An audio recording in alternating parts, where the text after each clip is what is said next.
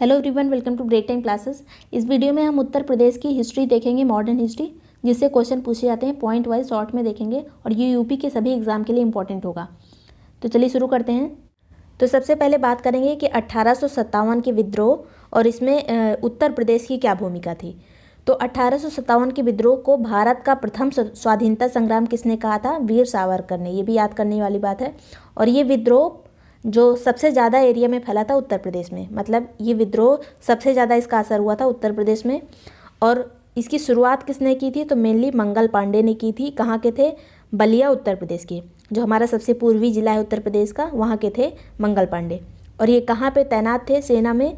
तो ये बैरकपुर छावनी में तैनात थे, कलकत्ता में। किस रेजिमेंट में थे? ये रेजिमेंट भी इंपॉर्टेंट है, 34वीं रेजिमेंट में शामिल थे। और इन्होंने जो विद्रोह किया, क्यों किया था? क्योंकि जो नई वाली राइफ़ल आ रही थी, जो एनफील्ड राइफ़ल आ रही थी, उसमें कहा जा रहा था, एक अफवाह उड़ाई गई थी, या फिर ये सच था, जहाँ तक सच ही होगा, क्योंकि उसमें गाय और सूअर की चर्बी लगी होती थी और उसे अपने दांत से खोलना होता था। तो हिंदू लोग जो थे वो गाय को पवित्र मानते हैं, और मुस्लिम जो थे वो सूअर को बहुत अपवित्र मानते हैं। तो हिंदू भी नहीं खोलना चाहते थे अपने दांत से, और मुस्लिम भी नहीं खोलना चाहते थे, और यही बाद में विद्रोह का कारण बना था। तो मंगल पांडे कहाँ के थे? बलिया के।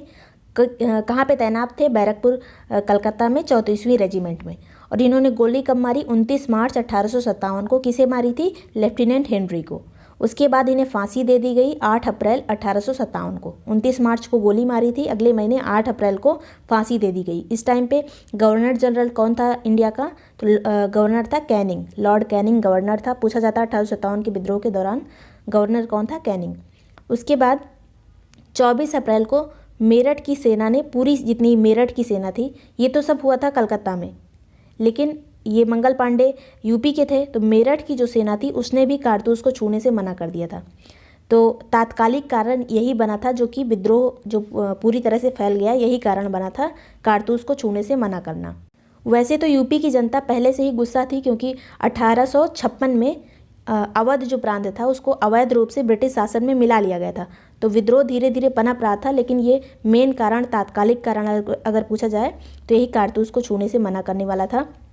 तो 24 अप्रैल को मेरठ छावनी के लोगों ने मना किया। उसके बाद 9 मई को, यहाँ पे 10 मई लिखा है, इसके एक दिन पहले 9 मई को जो अधिकारी थे, ब्रिटिश अधिकारी, उन लोगों ने जितने लोग कारतूस छूने से मना कर रहे थे उन सभी के कपड़े, वर्दी उतरवा दी उनकी। उसके बाद ये विद्रोह अगले दिन हुआ 10 मई को। कहाँ से हुआ था? मेरठ से ही। पूरी तरह से बड़ा विद्रोह बन के मेरठ से उभरा। और अगले ही दिन 11 मई को ये लोग दिल्ली पहुँचे, सभी विद्रोही, और दिल्ली पर अधिकार कर लिया। और बहादुर शाह किसके नेतृत्व में किया था? तो अपना शासक जो बनाया वो बहादुर शाह द्वितीय को बनाया। और बख्त खां की भी इसमें बहुत बड़ी भूमिका थी। और यहाँ पे इन लोगों ने, जितने विद्रोही थे, इन्होंने एक समिति बनाई, जलसा समिति। उस समिति का नाम था जलसा समिति, जो जिसका काम था कि प्रशासन को संभालना, जो इन विद्रोहियों ने अपना बनाया था। अब ये पूछा जाएगा, ये तो 1857 11 मई को दिल्ली पर अधिकार किया, फिर इसको बचाया किसने? मतलब ब्रिटिश शासन में फिर से कब्जा कर लिया इस पर। विद्रोह को दबाने वाला कौन था? इसका नाम पूछा जाता है, तो ये अंग्रेज था, निकलसन मारा गया था। और उसके बाद हडसन जो था, ये नहीं मरा था, निकलसन इसी विद्रोह के दौरान मार दिया गया था। और इन्हीं दोनों लोगों ने मिलकर विद्रोह को दबा दिया। तो सबसे पहले दिल्ली वापस से मिल गई अंग्रेजों को, जो सबसे पहले विद्रोहियों को मिली थी, फिर सबसे पहले वापस भी हो गई अंग्रेजों के पास। और ये बहादुर शाह द्वितीय वही है जिसका नाम लास्ट में जफ़र लगता है, बहादुर शाह जफ़र, जो जफ़र नाम से कविताएं लिखता था। बाद में ये जब विद्रोह को दबा दिया गया ब्रिटिशर्स के द्वारा, तो ये भाग गया था और जाके जो अकबर का मकबरा है वहाँ पे छुपा था। बाद में इसको निर्वासित कर दिया गया, रंगून भेज दिया गया था। इसकी हालत लास्ट में बहुत ख़राब हो गई थी। और यही अंतिम मुग़ल राजा था। अगर पूछा जाए मुग़ल शासक अंतिम कौन था? बहादुर शाह द्वितीय। फिर आता है लखनऊ का विद्रोह। यहाँ पर भूमिका किसकी थी? मेनली बेगम हजरत महल की। और इनका एक छोटा बेटा था बिजरिस खां, तो उसका नेतृत्व करती थी बेगम हजरत महल। राजा ये था बिजरिस खां। तो अंतिम अगर अवध का नवाब पूछा जाए तो बिजरिस खां था। और जो 1857 के विद्रोह में भूमिका किसकी ज़्यादा थी? बेगम हजरत महल की। और इसको पुनः कब्जा किसने किया लखनऊ पे? तो हेनरी लॉरेंस, जो कि मार दिया गया था इसी विद्रोह के दौरान। हेनरी लॉरेंस को मारा गया था। और कैंपबेल आया लास्ट में, तो उसने लखनऊ को वापस से ले लिया। तो इसमें भूमिका किसकी थी ज़्यादा? कैंपबेल की। और इसी दौरान हेनरी लॉरेंस भी मारा गया था। पूछा जा सकता है कौन मरा था इसमें। फिर कानपुर की बात करें तो यहाँ पे जो विद्रोह की भूमिका की थी, नेतृत्व किया था नाना साहब ने और तात्या टोपे ने। तात्या टोपे को बाद में फांसी दे दी गई थी शिवपुरी में, जो कि मध्य प्रदेश में है। बाद में इन्हें पकड़ के फांसी दे दी गई थी। और पुनः कब्जा किसने किया था? कैंपबेल ने। यही कैंपबेल जिसने लखनऊ पे कब्जा किया था, उसी ने कानपुर में भी कब्जा किया था। तो ये दोनों पास पास हैं, इसलिए नाम सेम है, मतलब यही जाके यहाँ पे भी कब्जा कर लिए, यही यहाँ पे भी। फिर आगे बढ़ेंगे, झांसी पहुँचो। और झांसी में जो नेतृत्वकर्ता थी वो थी रानी लक्ष्मीबाई। और पुनः कब्जा करने वाले अंग्रेज कौन था? हीरोज था। इसी हीरोज ने कहा था कि जितने भी मर्द हैं उसमें अकेली छुपी हुई मर्द यही है, रानी लक्ष्मीबाई। तो ये बहुत वीरता से लड़ी थी, बाद में वीरगति को प्राप्त हुई और बाद में झांसी भी वापस हो गया, हीरोज ने वापस ले लिया। फिर आता है इलाहाबाद वाला विद्रोह। इसमें जो नेतृत्व करता थे वो थे लियाकत अली। ये एक अध्यापक थे पेशे से, लियाकत अली। इन्होंने नेतृत्व किया था इस विद्रोह का। और कब्जा किसने किया? कर्नल नील ने। नील जो था अंग्रेज, उसने वापस से ले लिया इलाहाबाद। फिर ये बिहार का एक है, बिहार का जगदीशपुर। और यहाँ पे जो नेतृत्व करता थे वो थे कुंवर सिंह। पुनः कब्जा किसने किया? विलियम टेलर ने और विंसेंट आयर ने। कुंवर सिंह कहाँ के थे? जगदीशपुर बिहार के थे। और पुनः कब्जा किसने किया? विलियम टेलर और विंसेंट आयर ने। अगला है बरेली वाला। तो बरेली में जो नेतृत्व करता थे खान बहादुर खान थे। पुनः कब्जा किसने किया? हडसन ने। और हडसन वही है जिसने दिल्ली पे भी कब्जा किया था। ये देखिए एक मिनट, ये निकलसन मारा गया था और हडसन ने कब्जा किया था दिल्ली पर। यही हडसन ने बरेली पे भी कब्जा किया। दिल्ली से बरेली ज़्यादा दूर नहीं है, इसीलिए हडसन और बरेली और दिल्ली में सेम ही लोग हैं, हडसन। फिर है फैज़ाबाद। फैज़ाबाद में नेतृत्वकर्ता कौन थे? मौलवी अहमदुल्ला। और इनसे अंग्रेज सबसे ज़्यादा परेशान हुए थे। इन्होंने बहुत मजबूती से युद्ध लड़ा था, मौलवी अहमदुल्ला। पुनः कब्जा किसने किया? कर्नल नील ने, जो कि इलाहाबाद में भी यही थे। इलाहाबाद को कब्जा करने वाले कौन थे? कर्नल नील। और इन्होंने ही फैज़ाबाद पे भी दोबारा कब्जा कर लिया। फतेहपुर में नेतृत्व करने वाले थे अजीमुल्ला और पुनः कब्जा करने वाला था जनरल रेनल्ड। कौन थे? अजीमुल्ला नेतृत्व करने वाले और कब्जा करने वाला जनरल रेनल्ड। पूरी तरह से ये विद्रोह 1857 वाला जून 1858 में ख़त्म हो गया। उसके बाद 1 नवंबर 1858 को सत्ता का हस्तांतरण हुआ। एक आदेश आया ब्रिटेन से और उसे किसने पढ़ के सुनाया? लॉर्ड कैनिंग ने, जो कि गवर्नर था, उसने पढ़ के सुनाया इलाहाबाद में कि सत्ता का हस्तांतरण होगा। कब सुनाया था? 1 नवंबर 1858 को। जो ईस्ट इंडिया कंपनी के पास इंडिया का शासन था वो महारानी विक्टोरिया के पास चला गया और राजधानी का हस्तांतरण हुआ इसी दिन। राजधानी को इलाहाबाद बना दिया गया। पहले राजधानी थी आगरा और अब बनाया गया इलाहाबाद। उसके बाद आधुनिक भारत में जो उत्तर प्रदेश की भूमिका थी वो देखेंगे। ये कुछ बहुत इंपॉर्टेंट पॉइंट हैं जो एग्जाम में पूछे जा सकते हैं। कवि वचन सुधा पत्रिका ये कौन प्रकाशित करता था? ये भारतेंदु हरिश्चंद्र द्वारा प्रकाशित की गई थी। कहाँ से? बनारस से। और इसने जो स्वदेशी आंदोलन था इसका हमेशा से सपोर्ट किया था। कवि वचन सुधा किसके संपादक कौन थे? भारतेंदु हरिश्चंद्र। और कहाँ से प्रकाशित होती थी? बनारस से। ब्रिटिश शासन के खिलाफ जिहाद, ये किसने नारा दिया था? जिहाद का नारा ब्रिटिश शासन के खिलाफ। तो एक देवबंद मदरसा खोला गया था, किसके द्वारा? मोहम्मद कासिम ननौतवी और रशीद अहमद गंगोही। ये नाम इंपॉर्टेंट है, ननौतवी और गंगोही याद कर लीजिए। देवबंद मदरसा इनसे संबंधित है। इन लोगों ने ब्रिटिश शासन के खिलाफ जिहाद जारी किया था। फिर है मोहम्मद एंग्लो ओरिएंटल कॉलेज। ये किसने खोला था? ये खोला था सर सैयद अहमद खान ने 1875 में। और बाद में इसका नाम रख दिया गया अलीगढ़ मुस्लिम यूनिवर्सिटी। कब नाम हुआ था ये? 1920 में। तो अलीगढ़ मुस्लिम यूनिवर्सिटी की स्थापना कब हुई थी? 1920 में। पहले इसका नाम था Mohammedan Anglo Oriental College. Sir Syed Ahmed Khan के द्वारा शुरुआत की गई 1875 में। फिर आता है 28 दिसंबर 1885 में भारतीय राष्ट्रीय कांग्रेस का अधिवेशन हुआ। इसमें कितने लोग शामिल हुए थे? 72। कहाँ पे हुआ था? मुंबई में। और उत्तर प्रदेश के कौन कौन थे इसमें पहली बार में? तो ये पूछा जा सकता है, तो इनका नाम याद कर लीजिए। गंगा प्रसाद वर्मा, प्राणनाथ पंडित, मुंशी ज्वाला प्रसाद, जानकी नाथ घोषाल, रामकली चौधरी, बाबू शिव प्रसाद, बाबू जमुना दास, लाला वैजनाथ। इसे ऐसे याद कर सकते हैं कि इधर गंगा हो गई, जमुना हो गए एक लोग, और शिव जी से निकलती ही गंगा, ऐसे याद कर सकते हैं। फिर बैजनाथ हो गए, जानकी जी हो गई, और ज्वाला, प्राणनाथ, ये सभी ऐसे नाम आए। रामकली, तो समझ लीजिएगा कि ये लोग यूपी के थे जो शामिल हुए थे पहले अधिवेशन में कांग्रेस के। फिर देखेंगे कि 1947 तक कितने अधिवेशन हुए यूपी में? टोटल 9 अधिवेशन उत्तर प्रदेश में हुए थे और सबसे ज़्यादा 3 हुए। 3 इलाहाबाद में हुआ था, 3 लखनऊ में, सबसे ज़्यादा यहीं पे हुए थे। इलाहाबाद में कौन कौन सा हुआ? तो 1888 वाला, जिसमें पहला अंग्रेज अध्यक्ष बना था जॉर्ज यूल। जॉर्ज यूल, ये यूले लिखा रहता है कहीं कहीं। तो 1888 में अंग्रेज अध्यक्ष बना इलाहाबाद वाले अधिवेशन में। फिर 1892 में WC बनर्जी अध्यक्ष थे, कहाँ पे हुआ था, इलाहाबाद में। 1990 वाला भी इलाहाबाद में हुआ, इसमें अध्यक्ष थे sir William Wedderburn. William Wedderburn कहाँ थे, इलाहाबाद वाले में। और WC बनर्जी 1892 वाले में थे और जॉर्ज यूले 1888 वाले में। फिर देखेंगे लखनऊ में कब कब हुआ, 1899 में, 1916 में, 1936 में। 1899 वाले में रमेश चंद्र दत्त थे। 1916 वाले में, जिसमें मुस्लिम लीग और जो कांग्रेस का अधिवेशन एक साथ हुआ था लखनऊ में 1916 में, इसके अध्यक्ष कौन थे, कांग्रेस के अंबिका चरण मजूमदार। इसी में गरम दल और नरम दल भी पास में आ गए थे, जो 1907 में स्प्लिट हो गए थे, 1916 में मिल गए। फिर 1936 वाला अधिवेशन भी लखनऊ में हुआ, इसकी अध्यक्षता किसने की, जवाहरलाल नेहरू ने। फिर आगे देखेंगे बनारस में एक अधिवेशन हुआ था 1905 में, इसकी अध्यक्षता किसने की थी, गोपाल कृष्ण गोखले ने। और इसी में पहली बार जो स्वदेशी आंदोलन था उसको सपोर्ट किया गया था। स्वदेशी आंदोलन की शुरुआत यहीं से हुई थी, 1905 वाले अधिवेशन से। गोपाल कृष्ण गोखले ने अध्यक्षता की बनारस में। फिर कानपुर वाला एक अधिवेशन हुआ, उसमें पहली भारतीय महिला अध्यक्ष बनी सरोजनी नायडू। और पहली महिला अध्यक्ष कौन थी, एनी बेसेंट, जो 1917 में बनी थी। और ये सरोजनी नायडू कानपुर वाले अधिवेशन में 1925 में बनी पहली भारतीय अध्यक्ष। फिर है मेरठ वाला अधिवेशन जो है वो 1946 में हुआ था और इसकी अध्यक्षता की थी आचार्य JB कृपलानी ने। फिर आगे चलेंगे, उत्तर प्रदेश में कांग्रेस कमेटी का एक प्रथम सम्मेलन हुआ था, उत्तर प्रदेश कांग्रेस कमेटी का। यहाँ पे भारतीय कांग्रेस की बात नहीं हो रही है, उत्तर प्रदेश कांग्रेस कमेटी का पहला सम्मेलन 1908 में हुआ था, मोतीलाल नेहरू की अध्यक्षता में। फिर है मुरादाबाद वाला जो अधिवेशन था, प्रांतीय सम्मेलन था एक कांग्रेस का, और वो उसी सम्मेलन में असहयोग आंदोलन को स्वीकार किया गया था। इसके अध्यक्ष कौन थे, भगवान दास। 1920 की बात है ये। असहयोग आंदोलन मुरादाबाद के प्रांतीय सम्मेलन में स्वीकार किया गया था 1920 में। इसके अध्यक्ष कौन थे, भगवान दास। फिर आगे चलते हैं, 4 फरवरी 1922 में चौरी चौरा कांड हुआ था, कहाँ पे, गोरखपुर में, जहाँ पे जो विद्रोही थे, मतलब इंडियंस जितने थे, उन लोगों ने पुलिस चौकियों को जला दिया था और इस तरह से हिंसा हुई थी। वहाँ पे 23 पुलिसकर्मी मारे गए थे।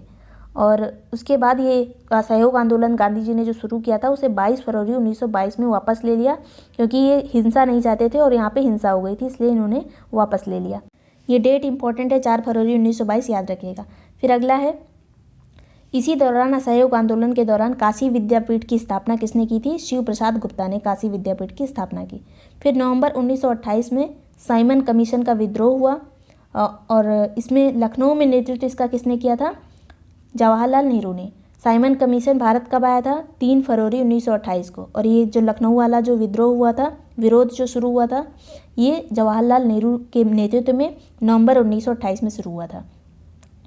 और ये जो साइमन कमीशन था, इसका विरोध किया किस लिए जा रहा था, क्योंकि इसमें जो जितने सदस्य थे वो सभी अंग्रेज थे।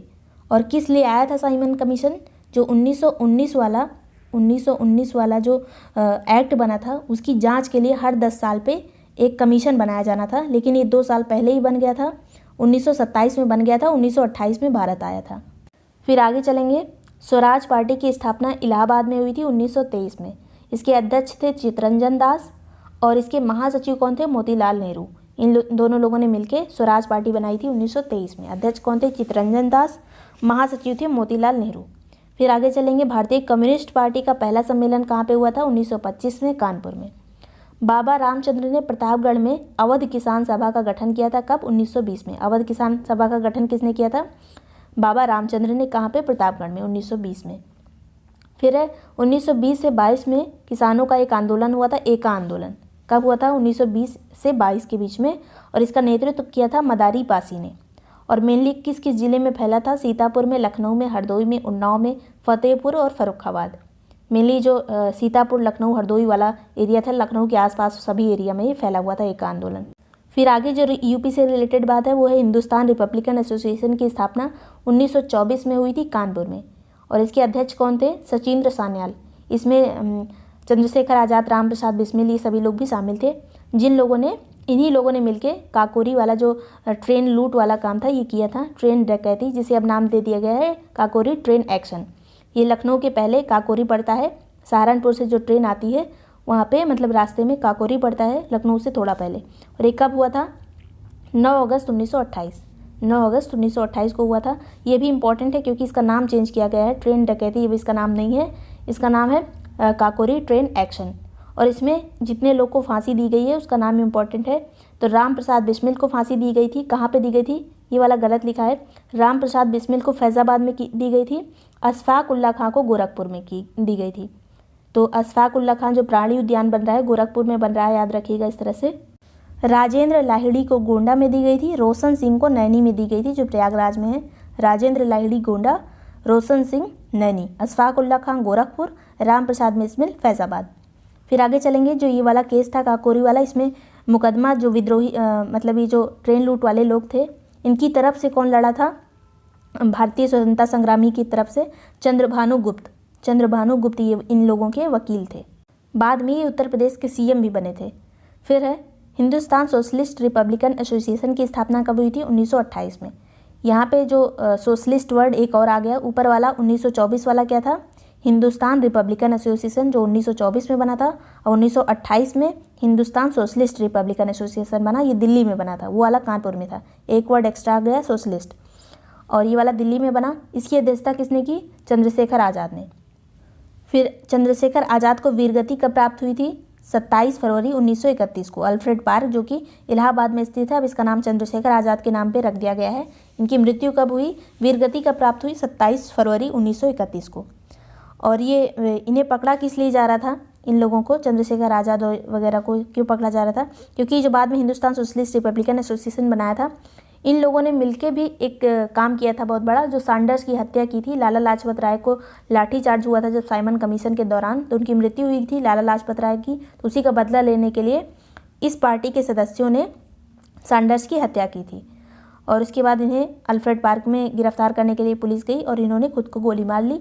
फिर एक चीज़ जो इम्पोर्टेंट है वो यूपी से रिलेटेड नहीं है, लेकिन जो शहीद दिवस मनाया जाता है 23 मार्च 1931, इस दिन क्या हुआ था, तो 3 लोगों को फांसी हुई थी, राजगुरु, भगत सिंह और सुखदेव। तो इस शहीद दिवस के रूप में इसको भी मनाते हैं। और एक गांधी जी की मृत्यु जिस दिन हुई थी 30 जनवरी, उसको भी शहीद दिवस के रूप में मनाते हैं। तो मेनली 23 मार्च इंपॉर्टेंट है।